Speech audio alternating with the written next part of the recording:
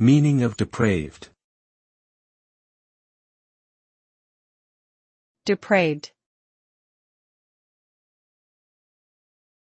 Depraved. Depraved.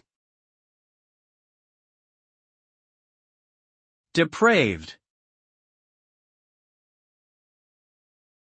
Depraved refers to a person or behavior that is morally corrupt, wicked, or perverted.